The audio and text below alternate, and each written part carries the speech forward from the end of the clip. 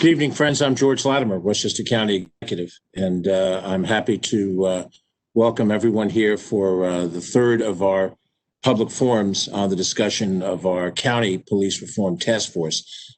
This force was formed back in June, and it has had some general meetings of all of the members of the task force, and now this being its third public forum to take in testimony from individuals in the community who want to express their opinion on the issues of the day. I want to, first of all, thank Mayo Bartlett and Leroy Frazier for their leadership on this. We have members of our executive team that are very active in trying to help coordinate the activities of the committee working under the direction of Leroy and Mayo. I want to thank members of the Westchester County Board of Legislators who are serving on this committee, Colin Smith, Terry Clements, and Damon Marr, for their involvement and role as members of this. And to all of you who serve on it, there's still a lot of heavy lifting ahead of us and a lot of dialogue ahead of us. And I think the robust discussion is really welcome. So I look forward, as do we all, to what happens both tonight and then when the committee meets to discuss these ideas and issues individually. We've established a December 31st target date for submission of information to the Board of Legislators to the executive branch. And as we get closer to those dates, that is an arbitrary goal that we want to hit. The hard goal is the April 1st goal, in which the governor wants us to have a plan to their attention. We want the Board of Legislators to have sufficient time to be able to look at these things, but we also want to have sufficient time for everyone on this committee to discuss the ideas and the issues and make sure that every voice is heard. I want to point out this was originally planned to be both an in-person and a virtual forum, but it's been changed to an all virtual forum as we look at the impact of the COVID outbreak. We are seeing an increase in numbers, not to the level that we saw in the spring, but it was significant enough for the leaders of the committee, Leroy and Mayo, to consider whether an in-person presence would be not in the best interest. And we all agreed that to do it virtually, which does make it a problem for some people, but at least open the door for us to have this kind of dialogue together. So in the world of WebExes and Zooms, here we are again with each other in this context. So without any further ado, I'm going to toss it over to Leroy to conduct the work and the effort to be watching and listening in. And most other communities in Westchester County are now going through this process. Cortland has a session tonight and others are working. So in the collective dialogue between all of us, hopefully we'll come up with something that's workable and something that we can all, or most all of us, can feel good about. So Leroy Frazier, thank you very much for the courtesy of saying hello. Over to you. Thanks, County Executive. It is once again my pleasure to come to you along with the Mayo and some of the members of the task force to hear from you, the public, on your ideas about reimagining police reform. Now, I was reminded very recently by one of the guest speakers in one of our working groups that in 1829, Sir Robert Peel, viewed by many as father of modern policing, stated that the key for real policing is remembering that the police are the people and the people are the police. And so we are here with you tonight to allow you to have input in this very important process. I want to take care of a few housekeeping matters by, first of all, telling everyone, or reminding people that this meeting is being recorded and will be available on the county's website in the near future. I also want to point out that this, as with all of the public forums, is for the purposes of the task force, is a listening session only. We will not engage in back and forth conversation on particular issues, but we will note what all you, the members of the public, feel and want to see happen, and we will take that into account in getting to the end of the process in a way that will be representative of what we've determined to be the feelings of the public and the hard work of the task force as a whole. If people do not want to speak tonight, they can also provide written comments via email. And that is to policereformtf@westchestergov.com. I repeat it again, policereformtf@westchestergov.com. I'd like to recognize some of the members of the task force who are here with us tonight. County Legislator Terry Clements, Legislator Damon Meyer, Public Safety Commissioner Thomas Gleason, Youth Bureau Executive Director Dr. Demia Harris Matten, Mr. Robert Tucker, Anahita Koval, a new member, Michael Hagan, Damon Jones, Robin Schlesinger, Lila Curtin, and I hope I didn't overlook anyone. I don't think that I did. If I do, we'll get back to you later. Finally, I just remind the members of the task force as well as that the next meeting of the task force as a whole will be on November 5th from 3 to 5 p.m. And once again, by going onto the website, the public may listen in. So we hope to have a lot of good commentary this evening. And at this point, I'm going to turn it over to my distinguished co-chair, Mayo Bartlett, who will give you a little history of what we've been doing so far. Mayo.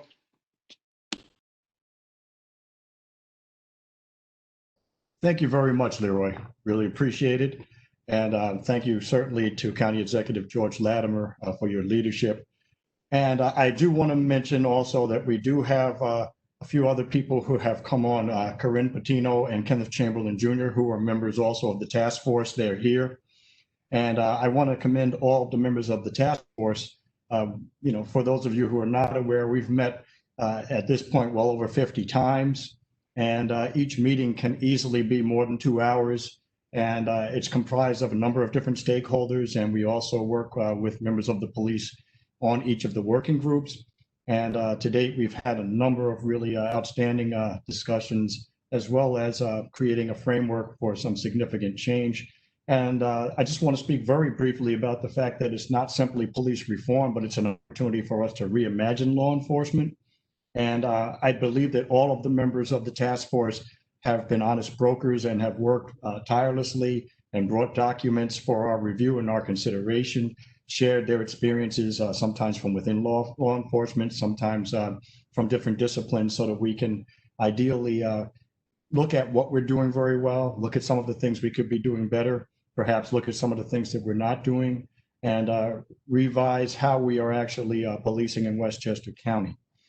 With that being said, I'd like to talk to you a little bit about the actual work of the task force at this time. So the task force itself was created by County Executive Latimer, and County Executive Latimer began working on this prior to the governor's actual efforts and his executive order. And I think it's important to recognize the fact that in Westchester County, we have been exploring issues in terms of policing and bridging the gap between police and law enforcement for several years now. In addition, our goal is to review the policies and procedures that are used by police and the police academy. And as the training facility, Westchester County has the police academy, which is responsible for training all of the police in Westchester County. So we're going to be reviewing policies and procedures used at the academy, looking at the ways that we train and recruits, as well as potential in-service training that can be implemented to address the different challenges that we have right now when it comes to policing. And it's also allowing us to develop and reform a reform plan with community input to address the following areas. First and foremost, we look at policies, we're looking at procedures, we're looking at practices, and we're also looking at the implementation, the deployment of those practices. And if we don't do each of those things well, then we can't be successful. I'm one of the co-chairs, again, with Leroy Fraser. We have 35 members of our task force. And at first we thought it was a pretty big task force. And now we've realized that we're happy to have each and every one of the members of the task force, because each of them brings different areas of expertise. And they've all brought tireless effort and been pivotal. And every single one of them has been invaluable. Without them, we wouldn't be where we are. And I think that we're going to be in a good position to make some significant recommendations to the county executive and hopefully to the governor after that. Those task force representatives include people from county departments, members of different departments in Westchester County, and members of Westchester County boards, as well as Public Safety, Human Rights Commission, the Youth Bureau, Department of Law, and the Board of Legislators. We also have members of the clergy. We have professionals within law enforcement and criminal justice backgrounds. We have criminal justice activists, people who've dedicated the better part of their lives toward making criminal justice function as well as possible. We have representatives from the Legal Aid Society of Westchester, and we also are represented by the Westchester County District Attorney's Office. And that's important because our objective was to make sure we had as broad a cross section of the community as possible.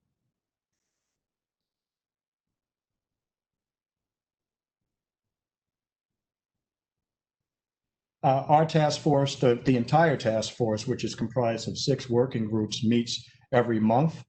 So far, we've met on July 7th, September 10th, October 6th. Our next full meeting will be November 5th.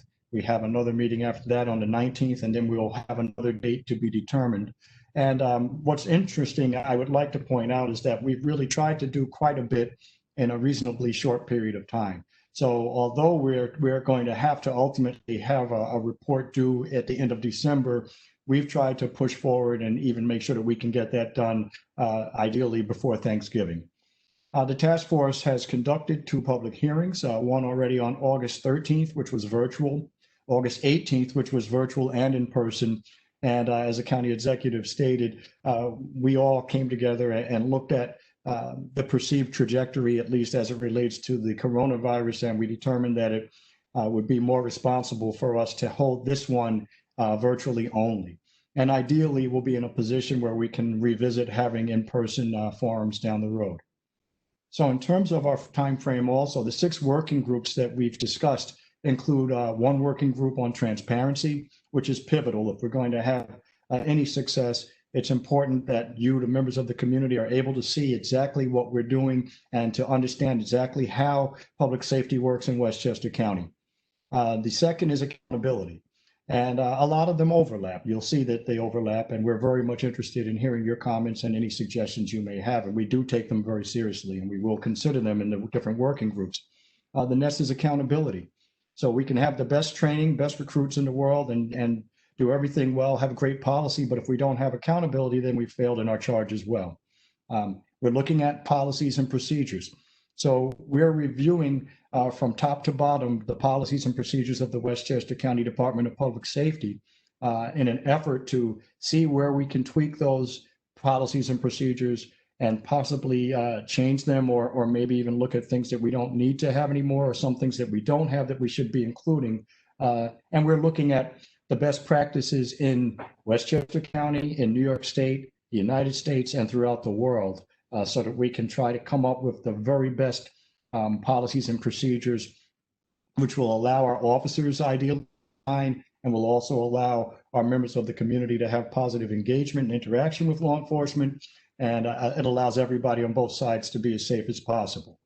The other thing that we're looking at is training and equipment, and pivotal. Training is essential because although lots of people today have discussed whether training is receiving too much attention, it's certainly ideal that you have everyone as well trained as possible. And then again, if they fail to implement the training properly, we can look at whether there's a model of accountability that exists. But training and equipment use and understanding what the equipment is that we have is critical.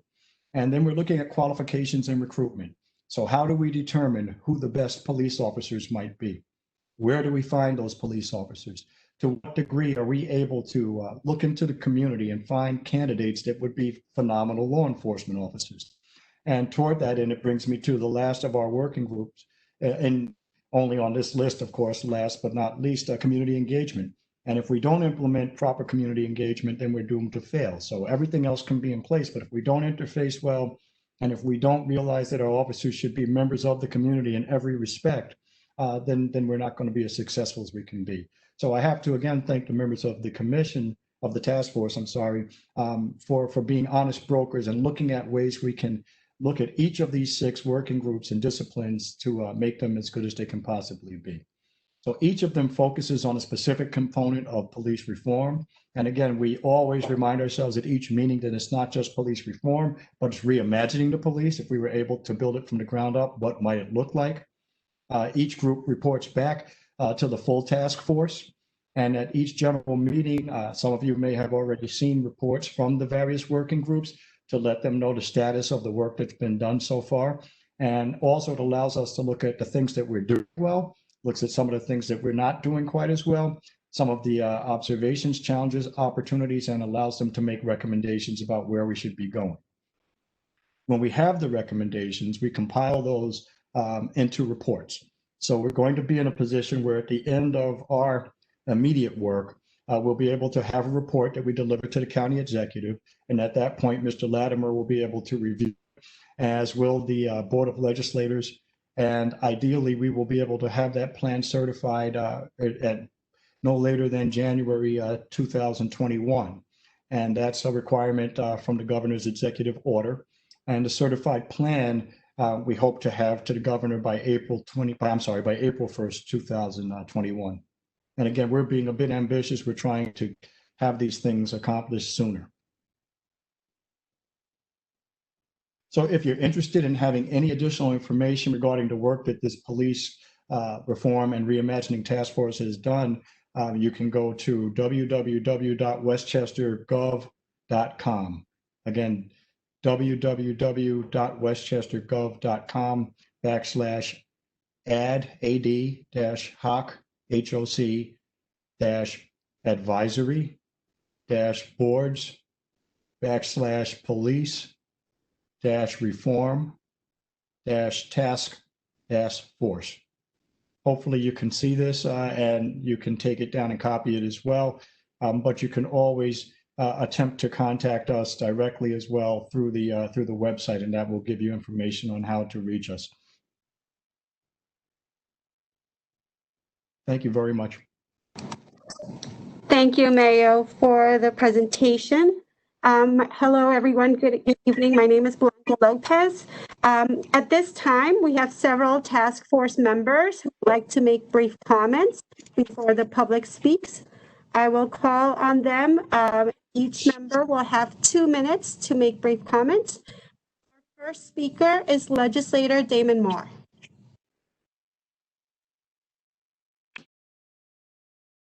Hi, I'm Legislator Damon Moore. I'm very pleased to be recently appointed to this task force. Our former legislator from Mount Vernon, Lyndon Williams, was elevated to a judgeship in Mount Vernon, and so I'm stepping in as the 3rd Board of Legislator member, and I want to thank Chairman Ben Boykin for nominating me and the county executive for appointing me. I represent Eastchester, Tuckahoe, and New Rochelle. I've spoken a lot with constituents about these issues, and I've done a lot of research, and now I'm ready to hear from constituents elsewhere in the county. Thank you. Thank you, Legislator Moore. We would also like to welcome, before we continue, our Deputy County Executive, Ken Jenkins, who is listening to this forum. So Deputy County Executive, welcome and thank you for joining us. And we would also like to recognize a couple more task force members who just joined us. Legislator Colin Smith, Dean Horace Anderson, Kenneth Chamberlain, Corinne Patino, and hopefully I did not miss anyone else. Our next speaker is Michael Hagan. Good evening. I'm Mike Hagan. I'm the president of the Westchester County Police PBA.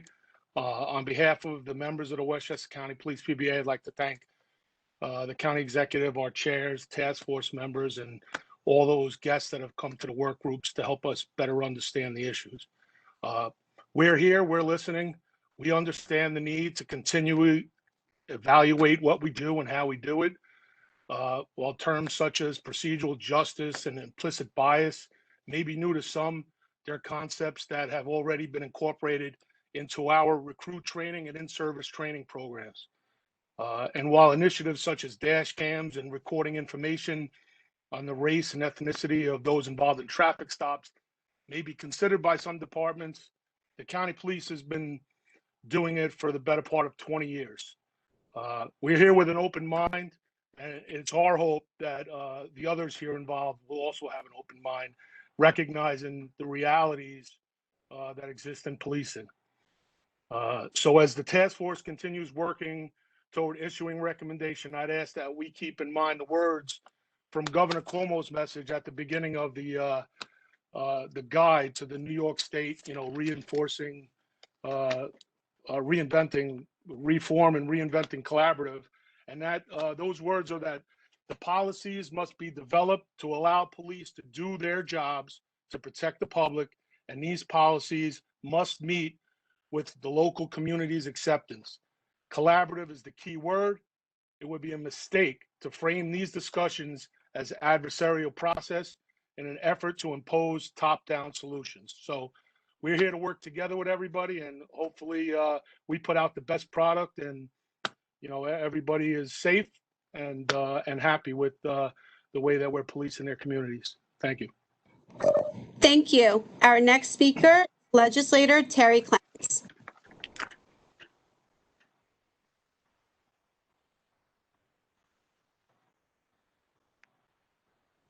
We will come back to legislator Clements as soon as she joins us. Our next speaker is Damon Jones.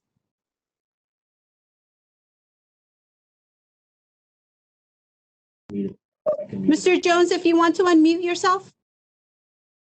Okay. Oh, am I unmuted? Can everybody hear me now? Yes, sir. My name is Damon Jones. Good evening. First, I'd like to thank County Executive George Lattimore, Deputy County Executive King Jenkins for allowing me the opportunity to be on this panel. I think we are at the crossroads in policing and community relationship, and looking at police reform and how to build trust, integrity, and accountability in our criminal justice system as well as our policing is key. I'm honored to be part of it, and I hope we could build a product of policing that is acceptable of the community. To have true community policing, the community must be involved in policies, procedures, and training of the people that have sworn to protect and serve them. Thank you. Thank you, Mr. Jones. At this time, we would like to now hear from the public. I will call the name of each speaker who registered in advance to speak. If any of our attendees would like to participate in this part of the program, please let us know by using the Q&A section that is on your right-hand side of the screen. And you can also, if you like to, submit your comments in writing to policereformtf@westchestergov.com. Each participant has 3 minutes to speak. Our first speaker is Lauren Razor. Ms. Razor?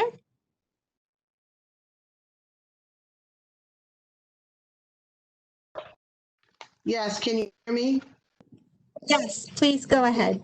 Okay, hi, good evening, and thank you for the invite. Damon Jones, I want to just thank him for being a champion for Mount Vernon. He's been on the forefront for many, many years, so thank you, and thank you for being part of this task force. As many people know, I'm a resident of Mount Vernon. I am an attorney. I am a civil rights attorney. I am a defense attorney, a corporation counsel. I have a plethora of background in law enforcement. The members of I created a Mount Vernon Coalition for Police Reform because we needed to fast forward a lot of issues that I always say, and our community is saying now, we can't wait. We can't wait.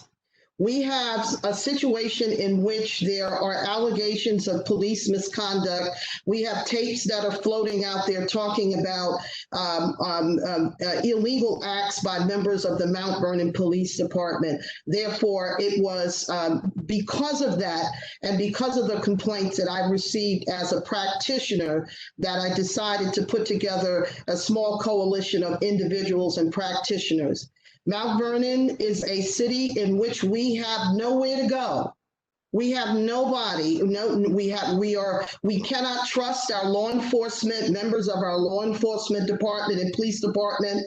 We go above, we do not get answers. We even go to press conferences of the governor. There was a reporter that went to the press conference of the governor to ask for assistance, in which we have tapes that spew allegedly police misconduct. We need help. We need help in this city. Reform means that the citizens have to be able to trust the police department. I hope we're heading in the right direction with the people that we have here. However, the members of and the citizens of Mount Vernon need to be heard. We are having systemic issues within the police department that have to be addressed. I wrote this report. In finality, we need a civilian complaint review board. We need a place in which our citizens can go and complain and be heard. Right now, we don't have that. In addition to that, we have homicides. We're the highest in the county of unsolved homicides. I pray and hope that we are heading in the right direction of solving those homicides, but people are not coming forward because of the mistrust. So we're not able to solve many of those homicides. I think Mount Vernon has to be a priority, not an afterthought. I think my 3 minutes are up. On behalf of the citizens of Mount Vernon, I ask that this committee come back to us and talk to the groups, Save Mount Vernon and other groups, not just me, but others. And thank you. Thank you for listening. Thank you, Ms. Razor. Our next speaker is Ann White.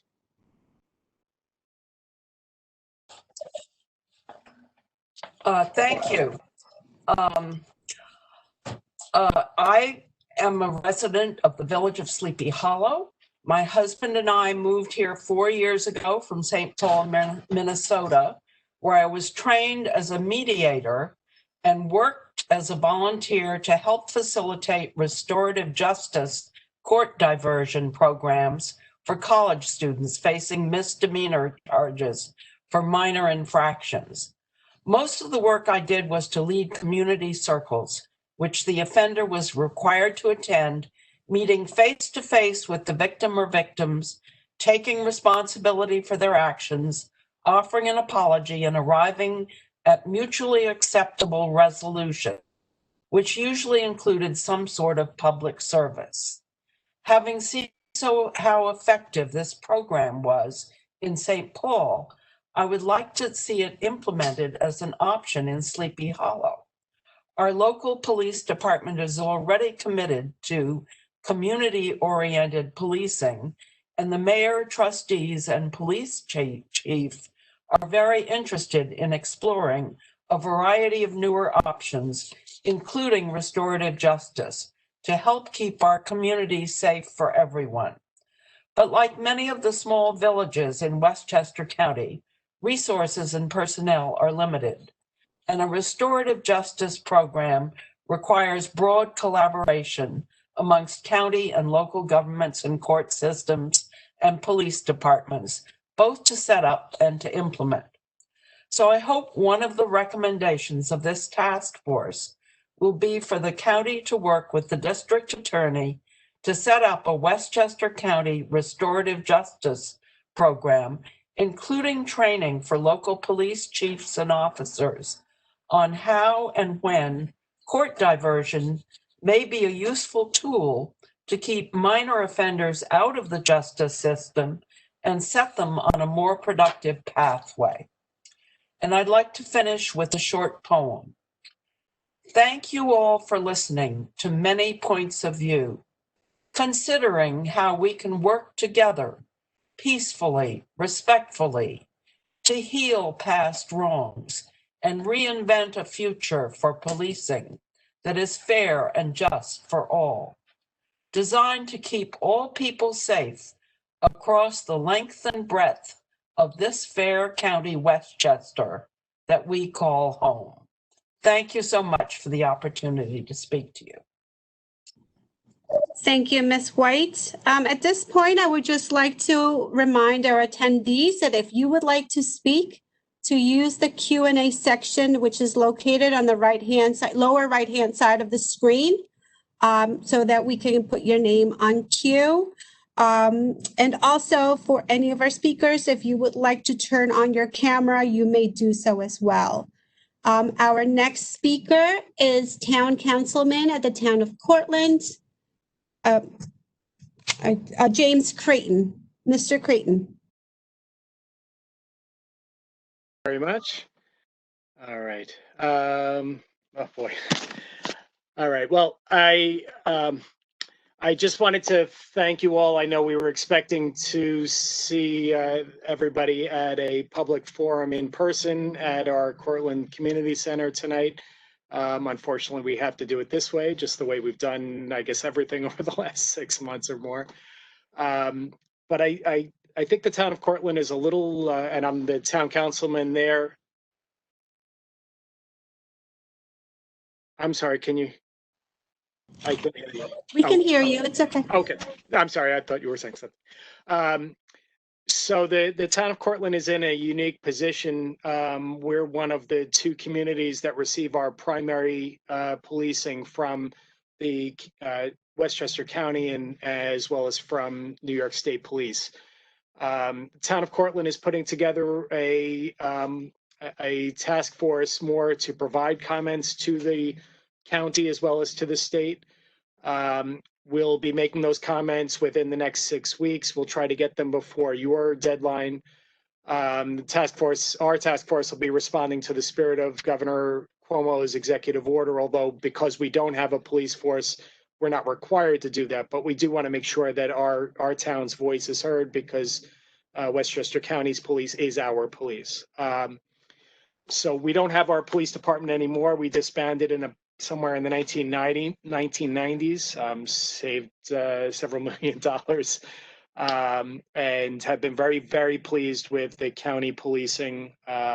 They've done a fabulous job.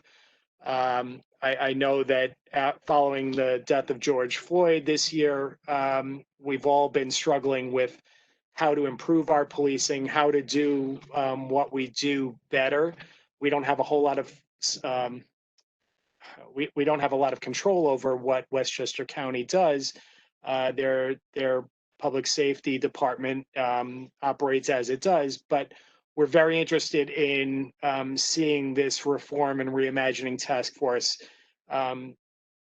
take shape and provide some real reforms that our residents can be comfortable with. I like that it's collaborative. I like that we're all being kept safe. I know defunding is a misnomer, but we really do need to properly equip our law enforcement and emergency services personnel with the mental health component. I know in our communications with legislator Colin Smith, there are a number of things that are on the table, particularly on accountability. And so we would like to see there to be expanded communication with the communities that Westchester County provides policing to, and for them also obviously to be helpful in terms of getting together with the elected officials in those communities where they provide primary policing, and so they can get the word out to homeowners associations and neighborhood watches and a really granular level that most local police departments are able to do. Supervisor Puglisi asked me to share with you that the county and the New York State Police Departments that cover the town of Cortland work very well with our government and with our community. She's been fortunate to know many of the police officers over the years, and they've always been responsive when she's needed them to address issues. So we really do look forward to continuing this collaborative with the county and ensuring that body cameras are expanded or that it gets rolled out, that further diversity initiatives and information about that diversity is out to the community, so we know what's happening and so that our residents feel comfortable that the police force looks like the people they are policing. On accountability, I know that there is a request and a need for there to be some transparency with disciplinary records, so the public would at least know what the process looks like. And when there needs to be public information out there, that there are reports provided to the local towns and local elected officials, at least on a quarterly basis. So with that, I just want to be, I just want to say I'm really excited that we're going to be continuing. You know, our police do an amazing job. I'm so thankful for everybody who puts on a uniform every day to protect us. We really do have the highest level of services from our Westchester County Police as well as the state police.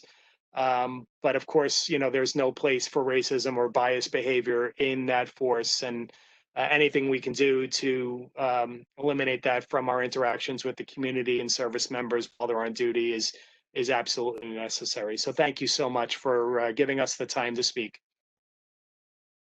Thank you, Councilman Creighton. We appreciate your remarks. Our next speaker is City of New Rochelle Councilwoman Yadira Ramos Herbert. Okay, oh, there we go. Sorry about that. Thank you, Blanca, and thank you to the committee. We in New Rochelle, I have the honor of facilitating New Rochelle's Police Review Committee. We convened in August, and we're actually wrapping up in large part to link up with our city's budget process in November so that there's any large expenditures. But I had a question here. How would you recommend municipalities sort of submit or connect or overlap our recommendations to this group? Because there were some recommendations that we think would be super helpful if we sort of had county support or input, specifically this concept of the Civilian Review Board. There's been some talk of potentially having something at a local level, but the one with a more disciplinary power coming from the county level. And of course, as we think about resources, defining who the best first responder is, appreciating that those are resources that if we could have them shared with the county level, that would be super helpful. And of course, just to learn from each other and just make sure that that input is a part of your own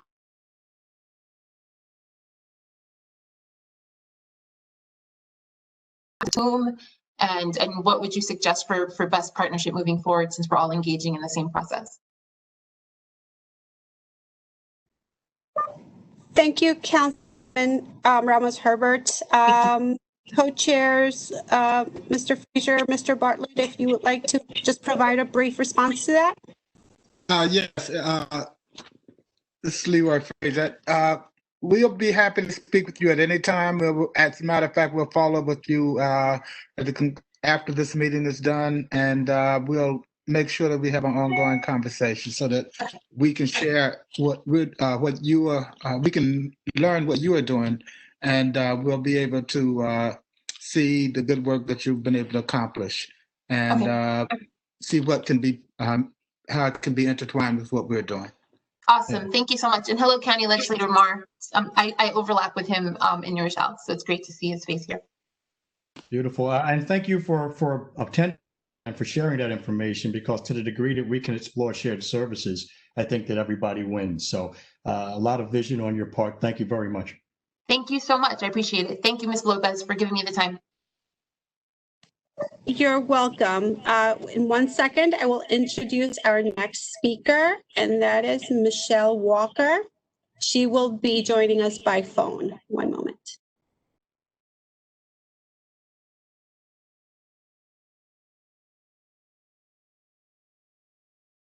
Okay. Ms. Walker? Yeah, it's feedback. Your speakers are up. Yeah, it's not going to work.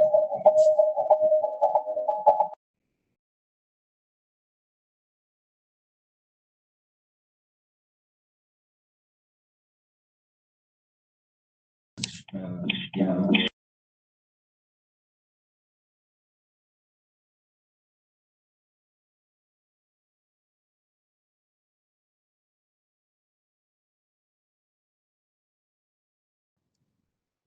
Unfortunately, oh, one moment, please. Sorry. Our technology issues.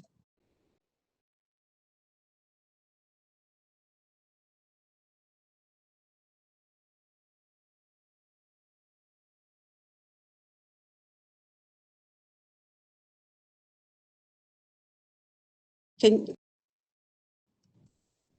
can speak. Let's see.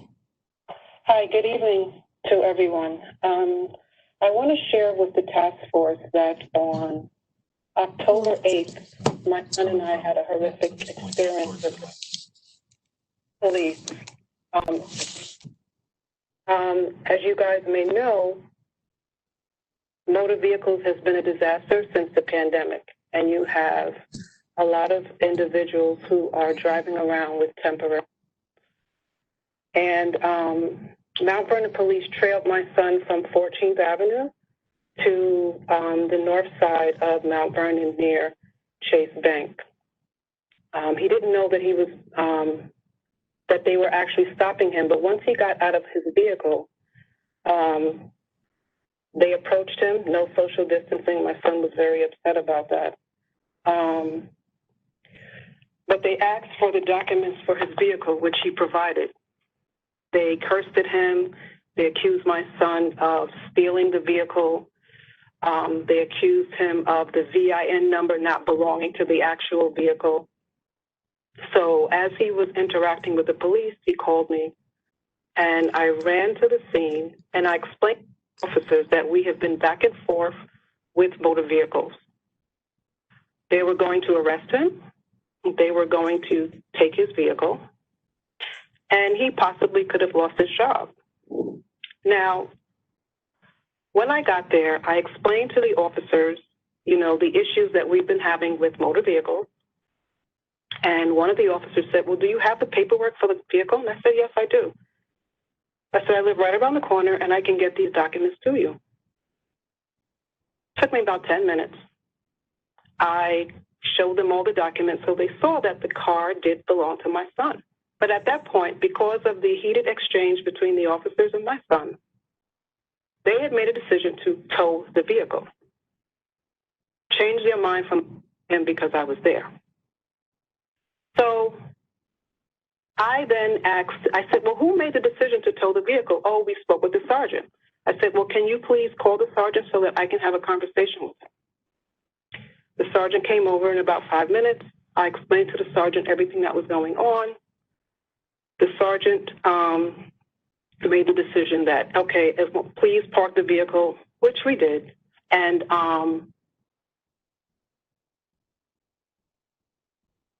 they gave my son 5 tickets.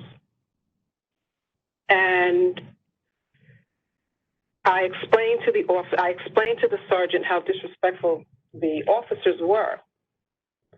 But I think what concerns me more than anything is I had a conversation 2 weeks prior to that incident about the way in which Mount Vernon police officers interact with Black men in the community. And she said that all police officers have gone through extensive training. And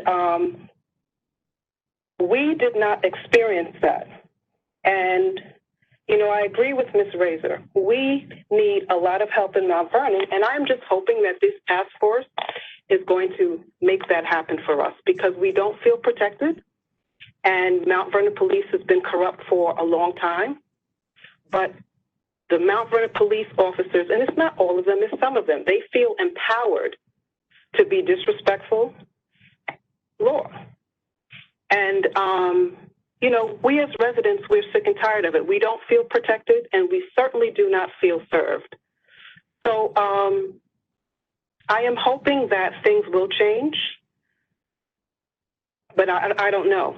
I tried to reach out. I did reach out to the mayor's office after the incident, and they told me that she does not deal with issues relating to the police. I thought that was very interesting. And so I said to the young lady who answered the phone, I said, I just talked to her 2 weeks ago. They said, well, I have to put you on to the police commissioner. I tried to contact the police commissioner on the 9th, and I heard from him last week, which I can't understand what took him long. But, we can't even get any answers. No one wants to take our calls. We send emails. No one responds. So once again, I am hoping that this task force will be able to put the fire under the Mount Vernon Police Department that it needs, because we deserve to be protected and served, and we don't feel that right now. Thank you, Ms. Walker.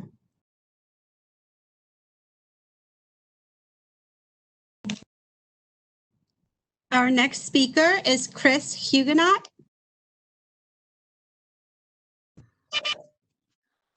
Thank you for giving me the opportunity, and I appreciate all the hard work for on every level. Mr. Huguenot, you're unmuted. You may begin. Hi, Chris Huguenot. First, I want to thank the members of the task force, all the work they've done on behalf of the residents of Westchester. I actually read the entire. That's fine. Yeah, that's fine. Can you hear me? Can you hear me? Yes. Okay. I actually read the document that came down from New York State, the Police Reform and Reinvention Collaborative. An interesting document. So I, as a resident, Mike, I guess my concern is because there's so many important issues, and there are lots of smaller town police departments, large city police departments.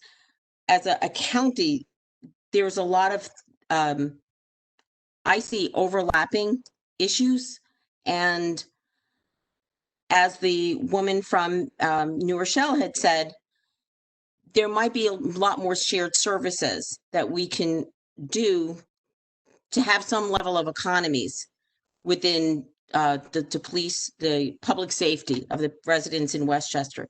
So I don't know if there's ever been a consideration on a county level to develop a type of BOCES for public safety, the way there's a board of cooperation educational services. Can we use a model similar to that for public safety? So not every single police department has to employ maybe a social worker that's going to be accompanied by law enforcement in a mental health kind of issue. If we can share those kinds of services, especially within the smaller police departments, if that's been in consideration. I love living in Westchester. I've been a resident here for 30 years, but the taxes keep going up. There's lots of considerations with the community. And if we can develop some level of, from either a county level or some level of interactions within individual police departments, so not everybody, every district is shouldering the same kind of expenses. And I don't know if that's been a consideration. And so thank you so much for the work that you're doing on that. And have a good evening. Thank you. Thank you, Ms. Huguenot. Thank you for participating. At this point, I would just like to have a 10-minute recess to give additional people time to, if they would like to volunteer again and speak, they can use the Q&A section to let us know. There were a couple of people who had also registered but are currently not, have not joined. So if we could have a 10-minute recess, and then we will come back shortly. Thank you, at 7:04. Thank you. You don't need to log off. You can just unmute yourselves and turn off your video if you wish. So just stand by.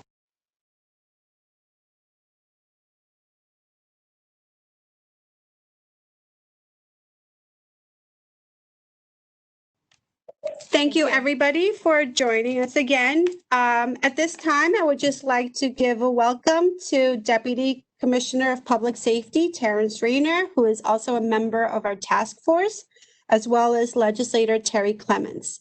I believe, Legislator Clements, you wanted to say a few words?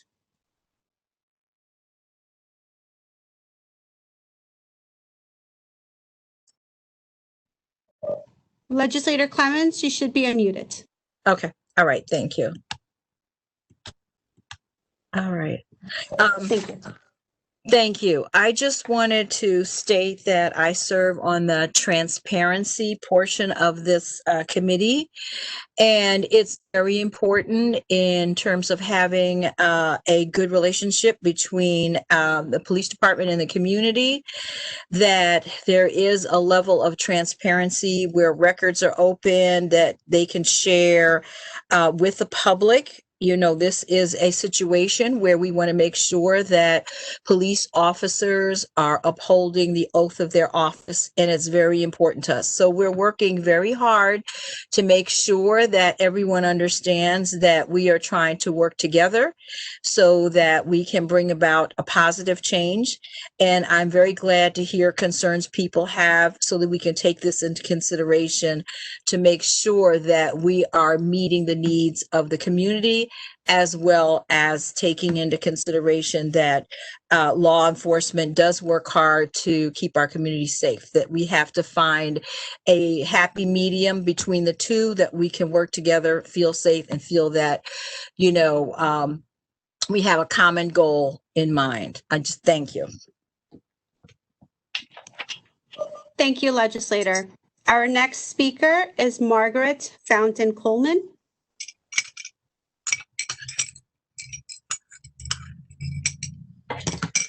Ms. Coleman, you can go ahead. Good evening. I do have a prepared statement, and I want to thank you all for your time and your consideration in ensuring that Westchester County can move forward in police reform. There is a contextual paradigm shift that is now emerging in our nation as we take a hard look at what policing is and what it is not. The shift in how communities will be policed has now become a demand and is no longer an ask.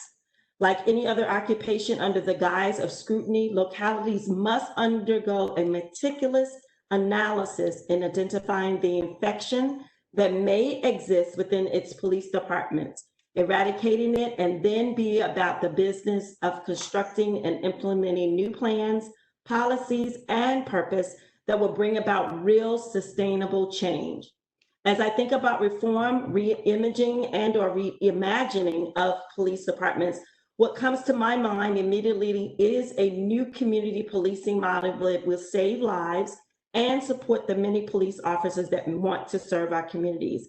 If you just take note of what's just occurred in Philadelphia, Pennsylvania, one of the bystanders who witnessed the shooting of a young Black man on yesterday, one of the bystanders said, "We all knew him, and we never looked at him as a threat."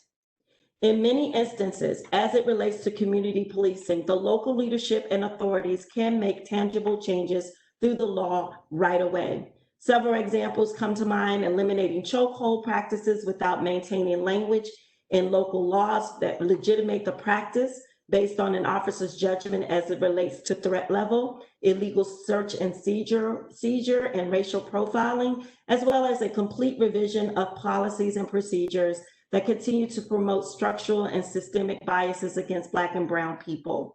As one proponent of community policing states, community policing is a systemic process of change that moves the mindset of the institution from warriors to guardians of a community through organizational strategies, community partnerships, engagement, and problem-solving practices to proactively address public safety, social disorder, and fear of crime. Several key components must become realities here in Westchester County, more importantly, where I live in the city of Yonkers, in order for us to move forward with police reform and the community policing agenda that I would like to see happen. So I would like to ask that you would continue the positive way that this committee has been moving in Westchester. We have the capabilities to move this from conversation, panels, forums, and the like. We have now the opportunity to enact policies, laws, and practices that will elevate the profession of policing into a more positive, light working with community to build and sustain equity and protection for all people. Thank you for your time. Thank you, Ms. Coleman, for your comments. Our next speaker is Joseph Teal. Okay, first of all, I would like to say I'm from Peekskill, New York. I'd like to say hello to everybody, and I would also like to extend my heartfelt thank you for the work that the task force is doing, and for the continued hard work that lies out in front of you. I basically had 2 points in mind that I wanted to talk about. One of the points I don't really need to get to because Ms. Clemens, pretty much answered that, and maybe I can contact her and deal directly with her. First off, I would like to say I agree with a lot of the points that the prior speaker, Ms. Coleman, just mentioned. But my other point was kind of dovetailing off the issue that was brought up by the councilwoman from New Rochelle. Some of my concerns are also relating to the Civilian Review Board or / Civilian Oversight Board. And if you're going to be having discussions about that, I'd like to know if there's a way that I could be a part of that. I know you mentioned you may talk with the lady from New Rochelle, the councilwoman from New Rochelle after this is over, but if there's other cities that have those same type of concerns, is there any way that we can join that discussion so we can be a part of that as well? And I'll leave it right there. Thank you very much. Thank you very much, Mr. Teal. Our next speaker is Jeff Monroe. He will be joining us by phone. Please note that he is our last speaker for this evening's forum. So therefore, this is our last call. If any of our attendees would like to participate and say a few words, please let us know in the Q&A section of the screen. Thank you.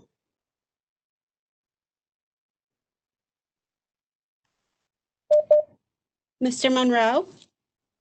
Good evening. Thank you. Can you hear me okay? Yes. Okay. So thank you. And again, greetings to everyone. And, I want to commend everyone present for what I'm sure is anywhere from an uncomfortable to exceedingly, dissatisfactory experience for a lot of people. But this is necessary. And I think it's important that we go forward with the understanding that we have a lot of time to catch up from, and considering that we all still live on colonized land. The county of Westchester is still colonized space that does not pay homage to the indigenous peoples that were displaced or wiped out here, and that very nature of our existence means that we have to now undo what has been centuries, generations of a colonized mindset that we have to frankly find a way to get rid of overnight. So obviously no policy or procedure is going to make that happen. I think it's indicative of this conundrum really when we see, even in the middle of international scrutiny and uprising as a result of these police state tactics, we still see NYPD, we still see various police institutions that feel that they have the moral or ethical leg to stand on to, unfortunately, clap back in the nature of the scrutiny on them. In fact, in the nature of this phone call, the scrutiny has led to an introduction of a police officer telling us to, quote unquote, let them do their jobs, which I think is an unfortunate proof of just how unready most of these institutions are to change their culture. So having said that, we have to find a way to deal with what sets culture and what gauges culture. I think we should deal with education. Having no real control, I live in Mount Vernon, and having no real control over educational curriculum. I know Westchester County may not have a real say, but I know there must be something that the Westchester County Legislature can do for funding with regard to cultural studies and communities, especially where Black and brown children exist, to actually undo this assumption that Black and brown people here are the diversion or not the norm. We still understand that white is the norm. That has to be undone. And to that effect, we also, I believe, have direct impact on the fact that recruitment at Westchester Police Academy is something that still affects the actual process of policing in places like Mount Vernon and where Black and brown people exist. So I think one thing that should be considered is the nature of profiling, psychological profiling. I imagine some aspect of that is done. I know it's done in the military. I know it's done for certain policing tasks where psych profiles are made for people before they even perform a task. I think psychological profiles for racial animus should actually be put forward on process so that every officer should be actually profiled and evaluated for their particular historical lived experience and exposure to racial animus, whether they're white or black.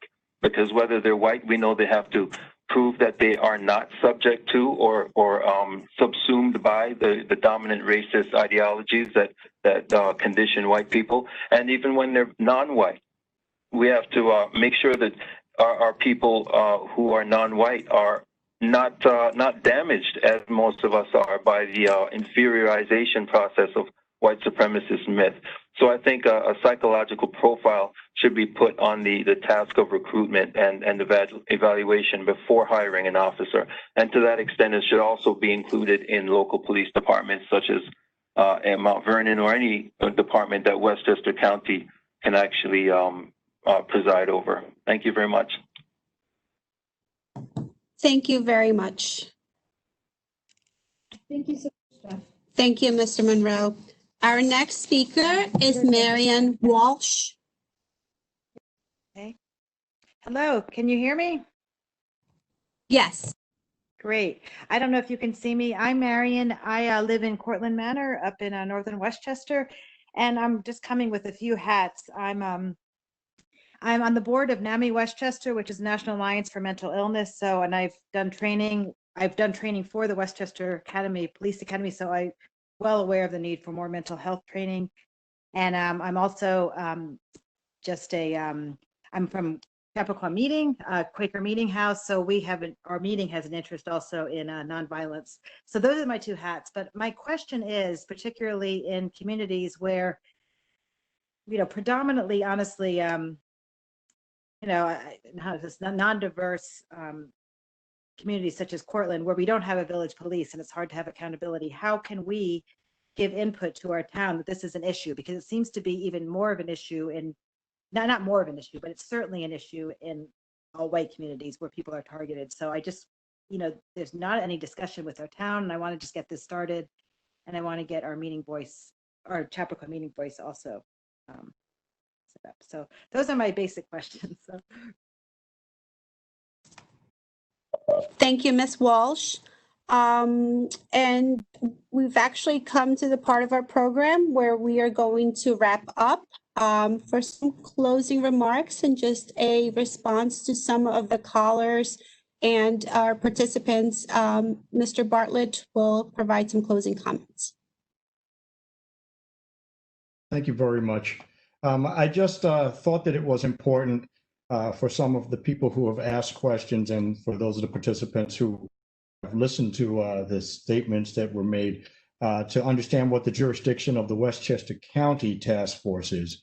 Our jurisdiction is Westchester County. Generally, we are able to deal with Mount Kisco, highways that we patrol, and Cortland. That being said, there may be opportunities, as we stated earlier, for us to have shared services. So there are a lot of things. All of your comments are tremendously important, and we'll take all of those into consideration. Any additional suggestions you may have, I would encourage you to contact your local municipalities, and you may be able to share your concerns or any suggestions with those municipalities. But I didn't want to leave today without letting you know what we have, the ability to directly address at this time. And again, there may be potential for us to work with other municipalities going forward. And thank you very much to all of you for voicing your concern and for your interest. Have a nice evening. Thank you. Thank you, Mr. Bartlett. And Mr. Frazier, did you have anything you'd like to say before we wrap up?